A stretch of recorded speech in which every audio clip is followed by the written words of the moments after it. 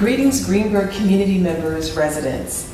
We are pleased to present to you our proposed 2019-2020 school budget. Community, last year we must thank you for passing our budget by a 68.5% margin. You continually support our school district, thus supporting our programs and ultimately supporting our students. With your support, we were able to bring wonderful programs to our school district, such as the new ALP program. We've enhanced our Mandarin Chinese program. Your support afforded us the opportunity to also expand our IB program into the 2019-2020 school year, and for that, we are thankful. This year, the Greenburgh Central School District Board of Education proudly presents its proposed budget of $70,752,506. So what I'd like to do is just talk about the budget process, what the budget entails, with our Assistant Superintendent for Curriculum, Instruction, and Personnel, Dr. Ronald Valenti, and our Assistant Superintendent for Business, Ms. Mary O'Neill. All right, so what does this budget include? Ms. O'Neill, help the community to understand this. Well, the overall budget is $70,752,506, which represents a budget-to-budget increase of 2.9%. Our tax levy is proposed to be $60,803,900, which represents a $1,360,197 increase, or a 2.29% levy increase. Okay, so you know what might be confusing to some community members? When we hear you can't go above the tax cap, we all hear the tax cap being at 2%. But you were presenting a proposed budget that has a tax levy of 2.29%. Can you just talk a little bit about how the tax cap is calculated? Yes, I can. We actually have the tax cap calculation available online to the residents. Okay. I ran through the tax cap here. What you do is you take your prior year levy, and it's multiplied by a tax-based growth factor, which this year is currently 1. In other years, it's higher or low. It can be higher than that. Okay. So that automatically will inflate your prior year levy. We add our pilots. We add the pilots in, which are the payment in lieu of taxes. We deduct our prior year capital exclusion, which is really your debt service payment less your aid. You then multiply it by the allowable levy growth factor. This current year it's 2%, which is why we do 1.02. If it was 1.5, it would be 1.015. Then we deduct the pilot's receivable in the coming year. We add in any available carryover, which is provided by the Office of the State Comptroller. And then we add in the capital exclusion in the coming year. So our tax levy limit is $61,503,900, and our proposed levy increase is $60,803,900. Thus keeping us under the tax cap once again. Yes. Okay. All right, very good. So we want to talk to the community a little bit about what this budget includes, right, guys? Because we want to be very, very clear and transparent with our community. We want them to be informed voters. Correct. So that being said, Dr. Valenti and Ms. O'Neill, what does this budget include as it relates to curriculum, instruction, and personnel?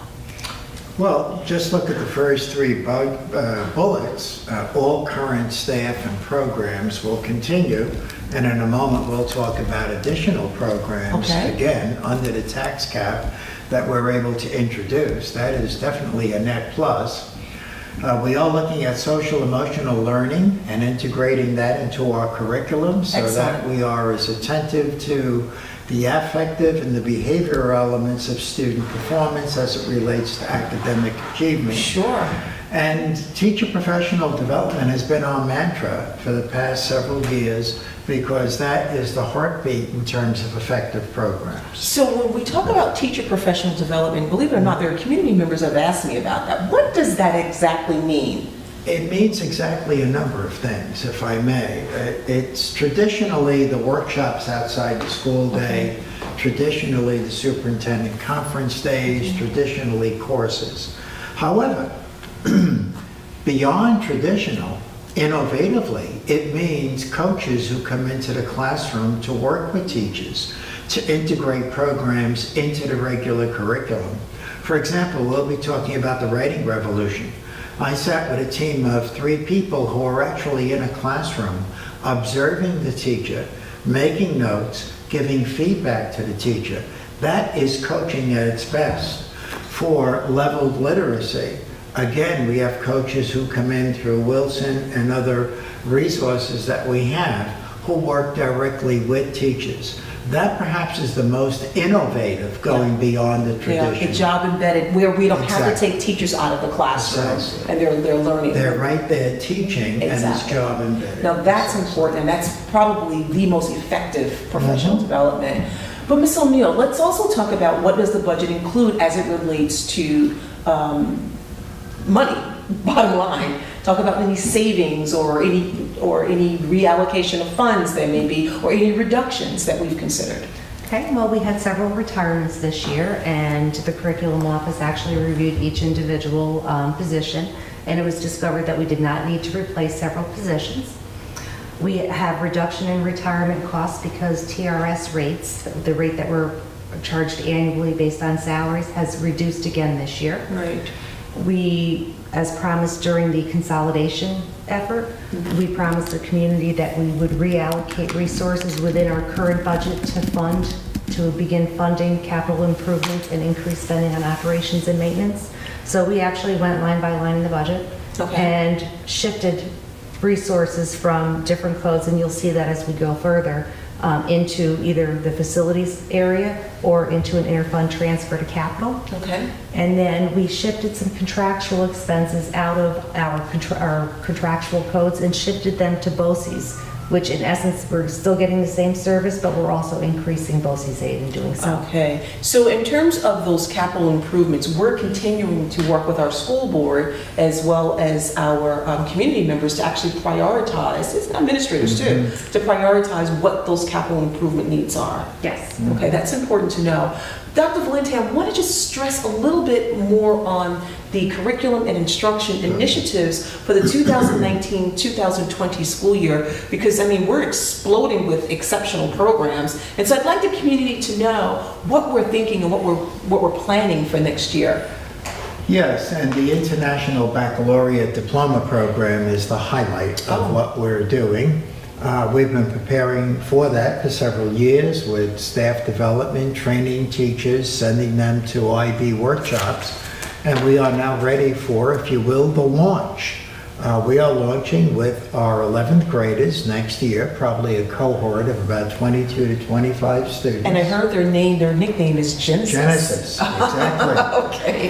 So they are the beginning. And the first those one, students yeah. will be having a full IB diploma program ranging through all the core subject areas. And we've had some very fine meetings, parents have attended, yes. and faculty and administration to highlight what that program will be all about. And I also want to include that all students will have access to IB courses, and our position is that every student will have taken at least one IB course. So it may be IB Visual Arts, it could be Performing Arts, it could be music, it could be any of the core academic subjects, but all of Woodland students will have access to at least one course. Diploma candidates must complete a certain menu of high-level and regular-level courses in order to earn the diploma. So will elementary students still have access to IB as well? Absolutely. Okay, so we're going to maintain that. We're one of the few Okay. districts nationally who have all of our schools registered in the International Baccalaureate Program. Next year will be a big year for evaluation. Sure. All of the principals and schools, Jackson, Highview, and Bailey, are on board with this. They each have a coordinator. And we're very excited that the entire curriculum will run from K to 12, and that in effect we could prepare and plan for putting students in the diploma program Fantastic. because it will be part of their district journey. And we'll have our first diploma candidates for the 2021 Correct. graduation Correct. class? Okay, Correct. fantastic. 2021. So we have a great writing program in our school district as well. There's really taking Yes. flight. We are very fortunate. We checked the research a few years ago, and we found that the Hockman method, Julia Hockman is the author of it, which focuses on analytic writing, starting in the early grades with declarative sentences, moving to a simple paragraph, and then going to higher levels of writing.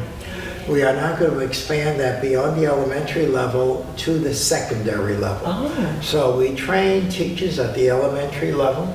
Now we'll be training secondary teachers for the writing revolution. And then in the third year, it's a 3-year project, we will pick up any teachers who we may have missed in the first 2 years and any new hires. So I'm getting enormously positive feedback from Yes. both teachers Yes. and parents. Yes.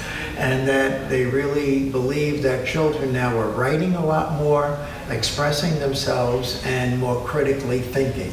Excellent. And you know, having strong writing skills prepare students well for college writing. Precisely. Yes, it's Precisely. excellent.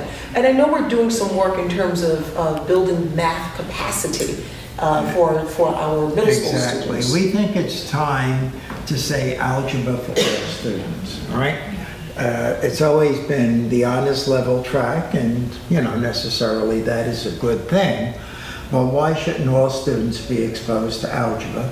So we literally began this semester in our current 7th grade curriculum, beginning to move into areas of algebraic equations, etc., so that these 7th graders next year will be in a full Algebra Regents program.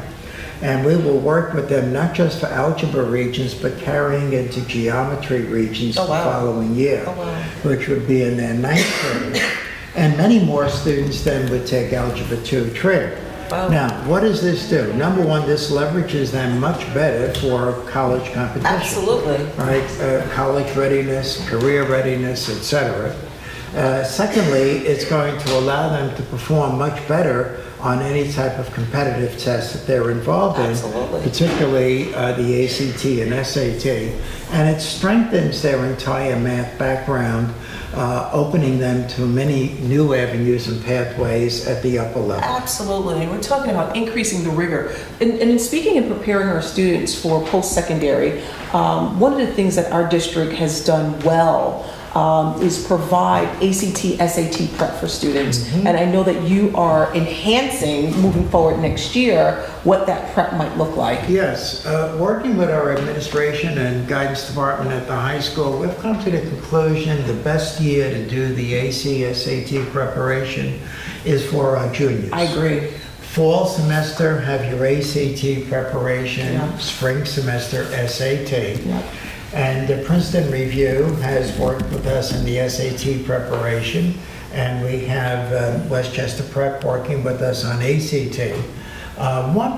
One statistic I'd like to share, because people say, well, how effective is this in-school Correct. preparation? I'm going to give you 2 numbers. One is, and these are combined verbal and math numbers. Before we began this experiment, the average for our students was 950 when you compare, or I should say combine, your SAT verbal and math.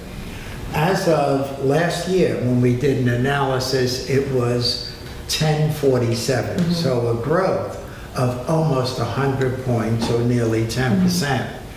And both averages were 500 and above, verbal and math. That makes youngsters, A, more competitive for more competitive colleges, 4-year colleges. 2, also it leverages them for scholarship aid and scholarship Oh, opportunity. absolutely. So we're moving in the right direction, and we're providing this during the regular school day, which is a tremendous benefit to students who, under many circumstances, would not be able to afford this Sure. outside the regular school. Sure. You know, research also tells us that one of the best preparations we can provide for students, preparations for any post-secondary work, would be starting with a strong early childhood program. I know New York City went full pre-K with Or Forget Pre-K for All, and that seems to be the model nationally. We have right now 2 different models. We have a full day as well as a half day. What are we doing with increasing time on task next year for teaching and learning for our early childhood program? Well, in effect, we're discarding the half-day program. We do not believe that it's the best use of time. Students no sooner arrive, you have some activities academic in nature, and they're putting on their coats to get back on the bus. We'd like to have all of our 4-year-olds who are Greenburgh residents be in an early childhood full-day program. And full day means from 9 to 3:30. Sure. Have lunch at school, but be beneficiaries of not just math and ELA, but also some science, social studies, and related activities. Sure. Secondly, all of this will be aligned to all the work we're doing kindergarten, first, second, and third grade in the early elementary grades, so that now any child in the early childhood program is going to benefit from the same curriculum, the foundations, the level literacy, the benefits of the math program we have, the science activities. They will be part of that core curriculum going forward. And this is a wonderful welcome addition to our early childhood families, because from what I'm made to understand, parents who have enrolled their children in the half-day program would have to pay for childcare. Here, students are in a building, they're here all day, they're in a safe learning environment. It'll eliminate some of those childcare costs, and your kids are getting an exceptional learning experience while being here. Exactly. And this semester, we're training our early childhood staff. Just yesterday, we had a very large training in shared reading. Great. How to implement that for 3 and 4-year-olds. That's excellent. And so we're ready to begin in September. Excellent, excellent, excellent. So I just want to ask Ms. O'Neill about the major expenses by category. Can you just explain to the community what that means and what are those major expenses of our 2019-2020 proposed budget? Sure. Salary and benefits makes up 71% of the overall budget. We then have transportation. The transportation cost here does not include the salaries and BOCES services that are normally in transportation. That makes up 9% of your budget. BOCES services is 4%, and I would like to point out, you'll see that that increase is about $473,000. That's because something we mentioned earlier, that our contractual expenses were shifted to BOCES. If you look a few lines down, our contractual expenses decreased by about $400,000. So overall, I mean, the biggest component of your budget is salary and benefits. Okay. All right, and so major expenses by function. So the state divides your budget into several functions: general support, total instruction, pupil transportation, employee benefits, and interfund transfers and debt. General support are everything in your detailed budget that begins with a 1. Total instruction is everything in your budget that begins with a 2. Pupil transportation begins with a 5. Employee benefits begin with 8. And interfund transfers and debt begin with a 9. Okay. And these are all with the detailed budget that is available online. I just want to make one point about, and it's a very important point that I think Mary brought up, but I want to be sure the viewer understands it. We've reduced contractual expenses by about $400,000.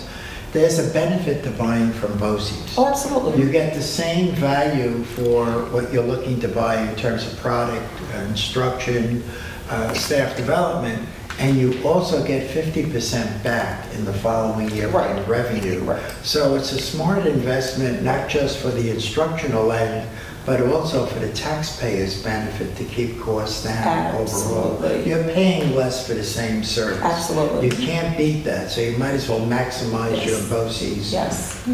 And we've been using a lot of services that are BOCES aidable, and that is to be commended by this group here. All right. General support expenses? The general support expenses include anything in your budget that begin with a 1 that's listed in your detailed budget available Which can be online. Which is online. Okay. Yes. So you have your Board of Ed, your central administration, which is fiscal, which is your legal, which is the superintendent's office. There's a variety of things in there.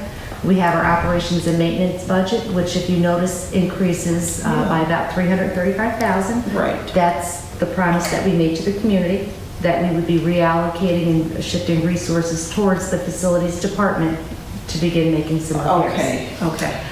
We have technology and then special items. Special items includes things like our liability insurance and then tax refunds that we have to make, so that's why you'll see an increase there. Okay. And as it relates to instruction? Instruction is anything that begins with a 2. It ranges from your regular instruction, special ed, athletics, pupil personnel. Overall, we're only increasing 1.7%, an increase of $602,000. Okay. All right, let's see. And what about pupil transportation? Pupil transportation, we have it broken into 2 categories. It's district transportation and contract transportation. But overall, it's increasing by $279,000, and that's really because we went out for a bid and had to rebid transportation. We just got those results back. Right. If you recall, a few years ago, the transportation company actually pushed back their rates to 3 years prior. Right, I remember that. So we had a savings a few years ago, so really the rates that we have now are still behind everyone else. I understand. Okay, all right. And so let's talk a little bit about employee benefits. Okay. So overall, your employee benefits is decreasing, which is unusual. But I can say that's because our retirement costs are going down. You know, I mentioned before that our TRS rates have dropped, and you're not replacing some of the positions that you had before. We went line by line and looked at the different costs. Our union welfare benefits, we had a little bit of money in there, which we shifted towards the interfund transfer, which you'll see in the next slide. Okay. Okay. So we have our debt and interfund transfers. The tax anticipation note is basically if we have to borrow money in case we have to issue a tax anticipation note waiting for our state aid or taxes. Transfer to federal funds, that's money that is used to go over federal funds as a general match for our special ed program in the summer.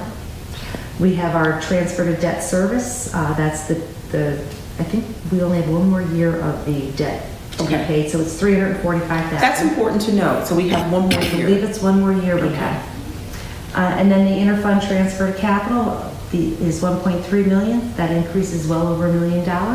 And that's what we had talked about during the consolidation project, was that we would be shifting money to that code to transfer it over to capital, to submit it to state ed to get an approved building project. Okay. All right, so what will be done with the interfund transfer to capital? So 1.3 million does not do a lot. But Really, because someone would think 1.3 sounds pretty hefty, but in the bigger scheme of things. In the bigger scheme of things, what $1.3 million should do is replace or repair the high school elevators. There are 3 of them that are in need of repair, and then the mansion roof. So we're talking about just making sure that we're compliant, ADA compliant too with the elevators, and that's important to note, okay? And the mansion roof. Okay, can we just talk a little bit about the revenues? I think it's important for the community to understand that as well. Okay, so overall, our state aid really didn't increase much. It increased by about $29,000. The district opted to increase the use of our fund balance by $500,000. We had an increase in our revenue. I have to thank our district treasurer. She's done really well on working with banks and increasing our interest that we're receiving. And then the rest of it is tax levy of 1.3 million is the increase, or 2.29%. Okay, so this is where the money's coming from. This is where the money's coming from. All right. And so I just want to remind our community once again that May 21st from 7 a.m. until 9 p.m. is our annual budget vote.